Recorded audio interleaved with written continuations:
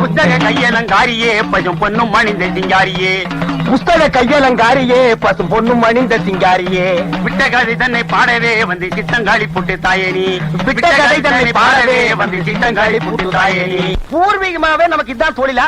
ஆமாண்டா, எங்க அப்பன் பாட்டன் முப்பாட்டங்காலத்துல இருந்து ஒரு முடுக்க ஒரு பம்ப அதே பாட்டு, இதுதான் நமக்கு பரம்பரை சொத்தா? அட பாவிங்களா, என்னையாவது படிக்க வச்சிருக்க கூடாதா?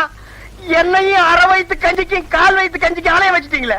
அது வந்துடா மகனே, நம்ம ஊர் வடக்கு தெருல ஒரு பெரிய வேப்பமரம் இருந்தது. அதுல 4 பேய் இருந்தது. அதை வச்சு நம்ம பழப்பு ஓடிக்கிட்டு இருந்தது. போன வருஷம் அடிச்ச புயல்ல அந்த வேப்பமரம் சாஞ்சுதா, நம்ம பழப்பும் போச்சு.